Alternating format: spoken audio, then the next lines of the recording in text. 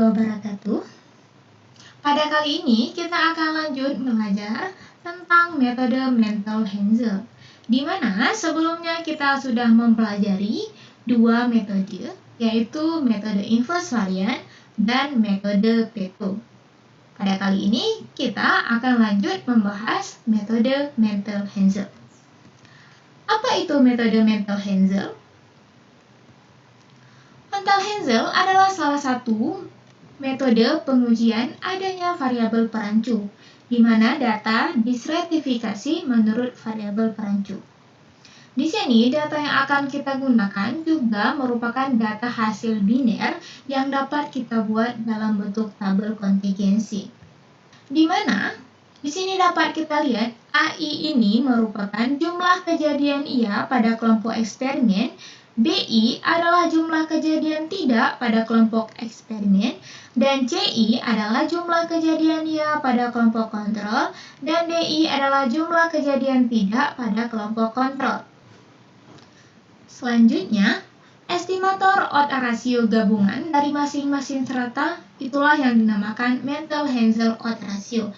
Ini merupakan rumus untuk kita menghitung estimator odd ratio dengan metode mental Hensel. Dan kita juga menggunakan rumus menghitung standar error. Di sini untuk penjelasan rumusnya dapat kita lihat sendiri, di mana PI itu didapatkan dari nilai AI ditambah dengan DI dibagi dengan NI. Begitu juga untuk QI, RI, dan SI. Di sini BI dikali dengan CI dibagi dengan NI. Data yang akan kita gunakan yaitu data perbandingan beberapa penelitian tentang pengobatan hipertensi pada wanita muda dan tua, yang kita peroleh dari website Institute for Medical Biometry and Statistics, di mana data yang kita gunakan yaitu dataset 07 dalam format CSV. Ini merupakan data yang akan kita gunakan yaitu data hipertensi pada wanita. Di sini dapat kita lihat ada studi ini merupakan nama peneliti.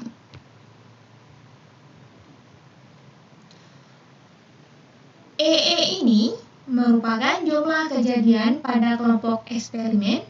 NE adalah jumlah pasien pada kelompok eksperimen. EC adalah jumlah kejadian pada kelompok kontrol, dan NE adalah jumlah pasien pada kelompok kontrol. Untuk lebih lengkapnya, mari kita lihat tabel keterangan berikut ini.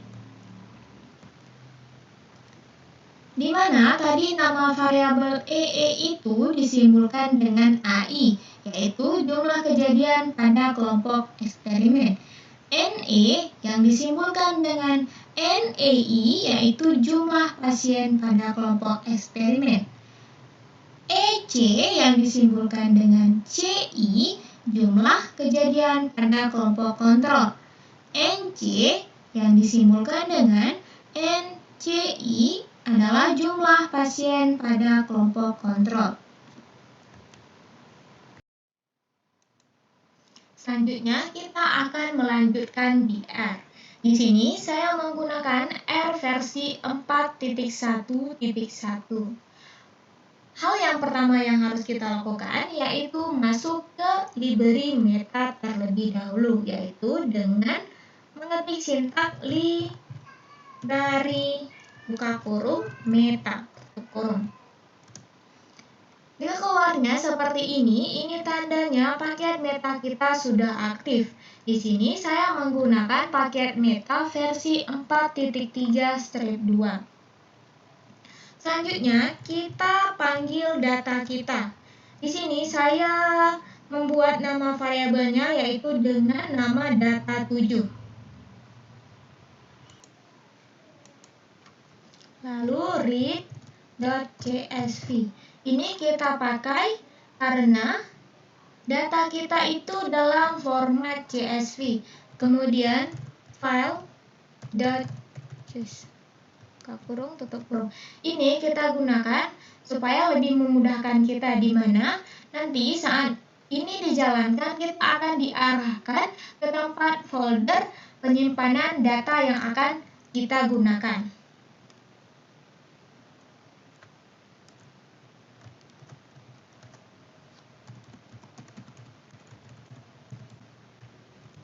Dan header sama dengan true ini digunakan untuk dimana nanti saat kita memunculkan data kita di R console juga terdapat judulnya. Lalu kita jalankan. Ini kita akan diarahkan ke tempat penyimpanan data kita. Lalu kita pilih dataset 07, di mana data yang akan kita gunakan pada analisis kali ini, yaitu data hasil biner. Kemudian kita klik open. Selanjutnya, kita ketik data 7. Ini nama data yang tadi kita misalkan sebelumnya. Ini kita gunakan untuk menampilkan data kita di R console. Di mana di sini dapat kita lihat ada 14 penelitian. Dan ada 5 variabel yang terdiri dari studi, yaitu nama peneliti, dan EE jumlah kejadian pada kelompok eksperimen, NE adalah jumlah pasien pada kelompok eksperimen, CE adalah jumlah kejadian pada kelompok kontrol, dan NC adalah jumlah pasien dalam kelompok kontrol. Selanjutnya kita akan masuk ke fungsi metabin. Fungsi metabin ini kita gunakan karena data kita dalam bentuk data biner. Dan yang akan kita hitung itu yaitu odds ratio.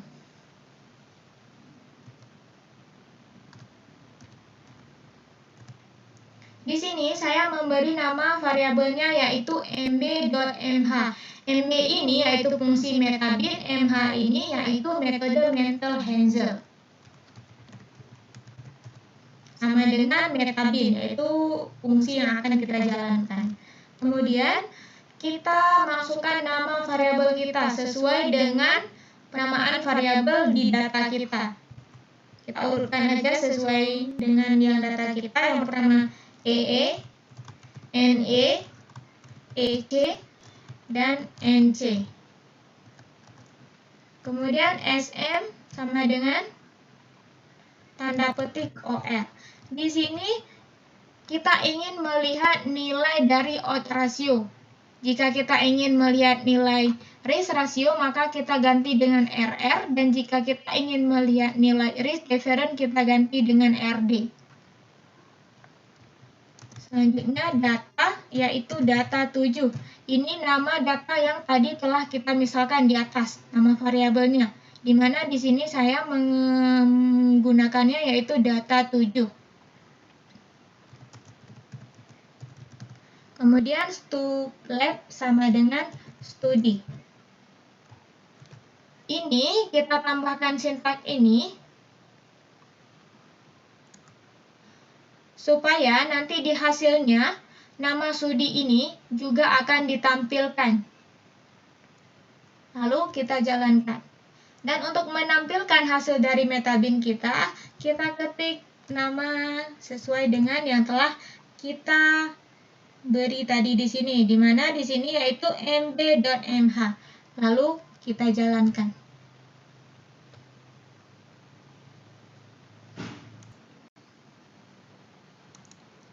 Untuk memastikan apakah fungsi metabin kita sudah sesuai, yaitu menggunakan metode Mentel-Hansel, maka dapat kita lihat pada bagian di bawah ini. Jika sudah muncul Mentel-Hansel method, ini artinya analisis ini merupakan analisis menggunakan metode Mentel-Hansel. Selanjutnya, di sini dapat kita lihat nilai dari odds ratio untuk setiap penelitian. Yang paling besar yaitu penelitian yang dilakukan oleh Gianni 9,85, yang artinya kemungkinan kejadian pengobatan hipertensi pada kelompok wanita berusia tua sekitar 9 kali lebih besar daripada peluang pengobatan hipertensi pada kelompok wanita usia muda. Dan di sini dapat kita lihat confidence intervalnya pada selang kepercayaan 95%. Dan ini nilai bobot untuk fixed model dan ini nilai bobot untuk random model. Di sini untuk nilai bobot dapat kita lihat yang paling besar untuk metode fixed effect yaitu penelitian yang dilakukan oleh Giselberg yaitu 21,79%. Dan yang paling kecil bobotnya yaitu penelitian yang dilakukan oleh Gianni yaitu senilai 0,71%. Begitu juga untuk nilai bobot pada random effect model. Juga penelitian yang dilakukan oleh Giselberg yang memiliki nilai bobot tertinggi yaitu 12,60%. Dan yang terendah yaitu Gianni senilai 2,44%. Dan di sini dapat kita lihat nilai odds ratio gabungannya dengan menggunakan metode Mentel-Hansel. Di sini dapat kita lihat nilai odds ratio untuk fixed effect model yaitu senilai 1,3459 dengan selang kepercayaan 95% dan confidence interval dari 1,12 sampai dengan 1,61. Dan nilai odds ratio untuk model random effect yaitu senilai 1,36 dengan selang kepercayaan 95% dan confidence interval dimulai dari 1,05 sampai dengan 1,7. Dari semua penelitian di atas dapat dilihat bahwa nilai odds ratio pada semua penelitian tidak terlalu signifikan. Namun jika dilihat dari nilai p-value, jika kita lihat dari nilai p-value yang ini, maka fixed effect model memiliki nilai p-value yang itu senilai 0,0013. Sedangkan random effect model memiliki p-value senilai 0,016. Pada taraf alfa 0,01 maka fixed effect model berpengaruh terhadap model karena nilai p-value-nya lebih kecil daripada alfa 0,01 sehingga dapat dikatakan informasi yang terdapat dalam fixed effect model lebih banyak daripada random effect model. Selanjutnya, pada nilai di bawah ini dapat kita lihat nilai tau kuadrat yaitu senilai 0,09, H senilai 1,3 dan I kuadrat senilai 41,1%. Semua nilai ini menunjukkan bahwa tidak banyak terdapat heterogenitas statistik, sehingga dapat dikatakan tidak terdapat banyak perbedaan dari semua penelitian tersebut. Selanjutnya kita akan melihat forest plot dari Metabin Mentel-Hansel kita, yaitu forest, kita ketik forest buka kurung mb.mh. Ini sesuai dengan penamaan yang tadi sebelumnya kita buat di atas, yaitu di mana di sini saya tadi membuat mb.mh. Kemudian koma,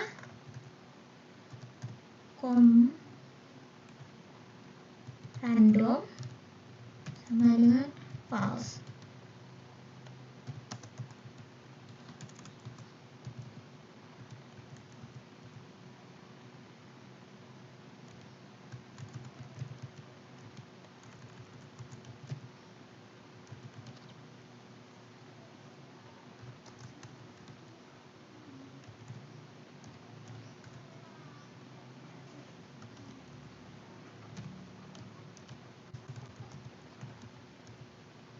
Mantau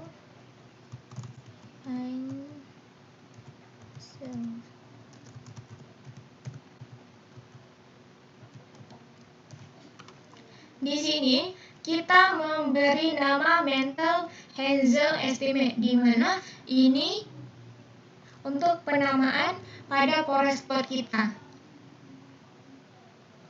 Jadi di sini boleh memberi nama yang lainnya, mau MH estimate atau mental estimate diperbolehkan sesuai dengan yang lebih mudah kita pahami. Di sini saya membuatnya mental Hensel estimate. Kemudian kita jalankan.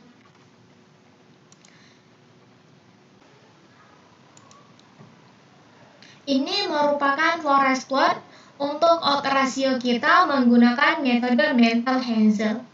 Pada bagian ini dapat kita lihat ini merupakan nama peneliti yang terdiri dari 14 penelitian.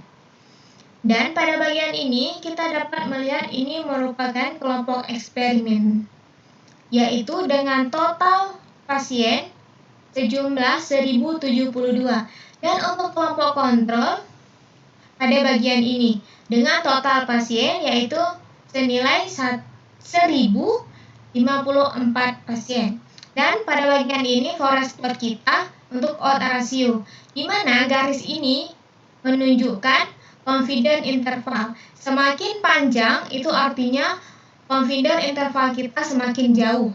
Dan kotak abu-abu ini menunjukkan nilai weight atau bobot untuk setiap penelitian. Di mana di sini dapat kita lihat kotak yang paling besar yaitu kotak untuk penelitian Giselbert, yang nilai bobotnya dapat kita lihat di sini senilai 21,8%, yang artinya penelitian Giselbert memiliki nilai bobot terbesar dibandingkan 13 penelitian yang lainnya. Dan di sini garis satu ini menunjukkan jika penelitian berada di sebelah kanan garis satu itu artinya peluang untuk eksperimen lebih besar dibandingkan peluang untuk kelompok kontrol. Dan jika garis selang kepercayaan berada di sebelah kiri satu, yang artinya lebih kecil dari satu, itu menunjukkan nilai peluang untuk kelompok eksperimen lebih rendah dibandingkan kelompok kontrol. Dan untuk hasil meta-analisis kita dapat kita lihat pada bagian di bawah ini, yaitu di sini. Di sini dapat kita lihat nilai odds ratio kita yaitu senilai 1,35, yang artinya kemungkinan kejadian pengobatan hipertensi pada wanita tua sekitar 1,35 lebih besar daripada peluang pengobatan hipertensi pada kelompok wanita muda, di mana selang kepercayaannya 95% dengan confidence interval dimulai dari 1,12 sampai dengan 1,61. Berdasarkan hasil yang telah kita dapatkan pada software R, maka dapat kita ambil kesimpulan yaitu nilai estimasi sebesar 1,35, yang artinya tidak ada variabel perancu pada data hipertensi wanita muda dan tua. Berikut ini merupakan referensi yang saya gunakan baik untuk materi maupun R-code yang kita gunakan pada software R yang sebelumnya kita jalankan. Terima kasih, semoga bermanfaat.